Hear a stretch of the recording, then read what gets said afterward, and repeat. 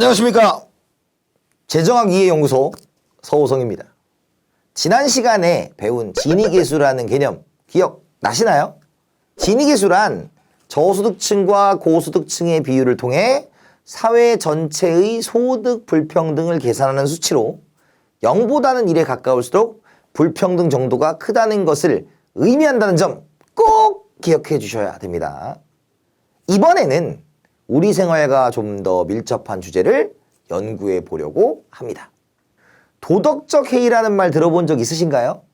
여기서는 우리가 도덕이 우리가 생각하는 그런 도덕은 아니에요. 자, 시작합니다. 계약 이론의 대가인 홀름스트럼 교수와 올리버 하트 교수가 발전시킨 논의인데요.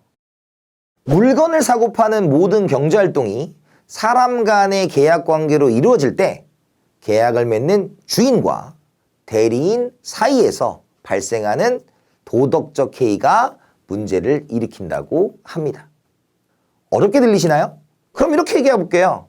사장과 사원 둘 중 누가 회사를 위해 더 열심히 일을 할까요? 사장? 사원? 지금부터 저와 함께 도덕적 해이에 대해서 한번 연구하러 가시죠.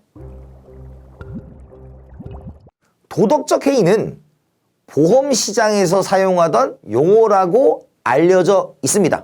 모럴 해저드라고 하죠. 보험 상품에 가입한 사람들은 손해보장이라는 안전망 때문에 보험 가입 전보다 부주의한 행동을 할 가능성이 높아진다는 이야기입니다. 내가 부주의한 행동을 했는지 상대는 정확하게 알 수가 없기 때문이죠. 이러한 도덕적 해이 현상은 이처럼 서로 간의 정보의 비대칭성으로 인해 발생합니다. 아까 잠깐 언급했던 사장과 사원의 이야기를 해보도록 하겠습니다.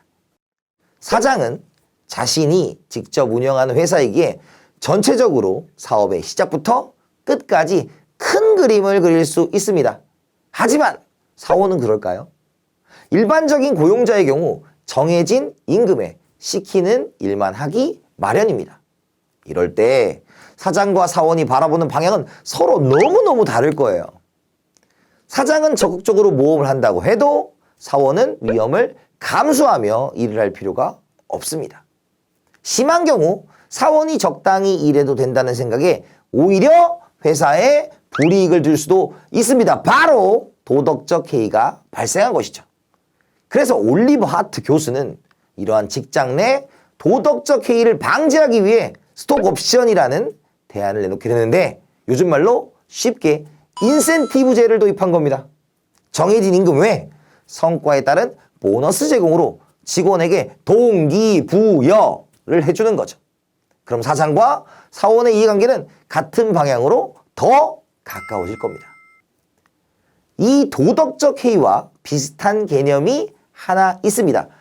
역선택 이론이라는 건데요. 간단하게 볼게요. 도덕적 해이는 계약 이후의 이야기지만 역선택은 계약 이전의 문제라는 점에서 차이가 있습니다. 어렵나요? 그럼 다시 회사로 돌아가서 예를 들어 볼게요. 사장은 아직 사원을 구하지 못했습니다. 그래서 구인 광고를 냅니다.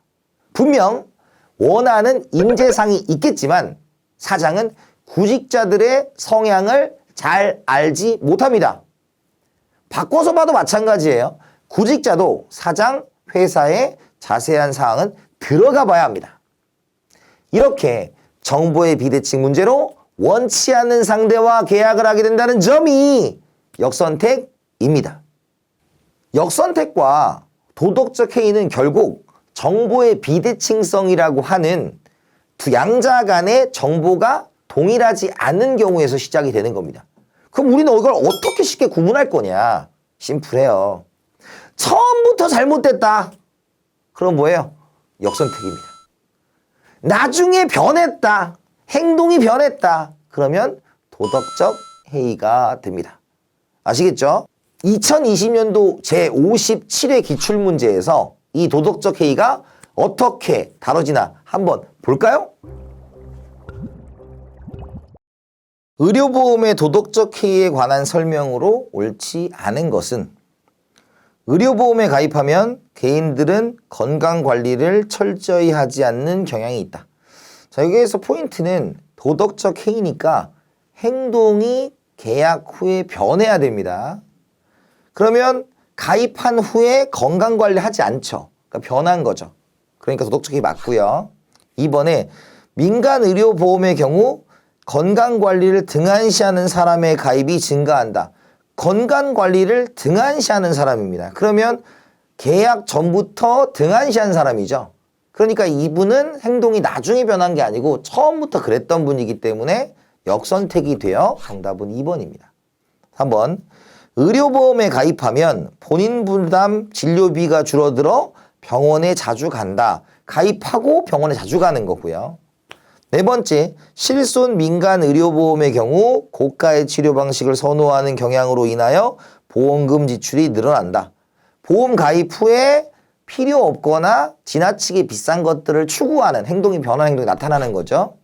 5번, 의료 서비스에 대한 실제 비용보다 환자의 지불액이 낮을 때 발생한다.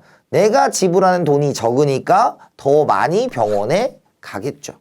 그래서 2번을 제외하고는 다 행동이 나중에 변한 것이므로 도덕적 해이에 해당합니다. 도덕적 해이라는 개념이 좀 이해가 되셨나요? 자, 오늘도 OX 퀴즈를 통해 지금까지 배운 도덕적 해이의 개념을 되짚어 볼 거예요. 한 문제당 10초씩 드릴 테니 가볍게 풀어보시면 좋겠습니다. 10초가 지나면 다음 문제로 넘어가니 위에 타이머 보시고 문제 들어갑니다.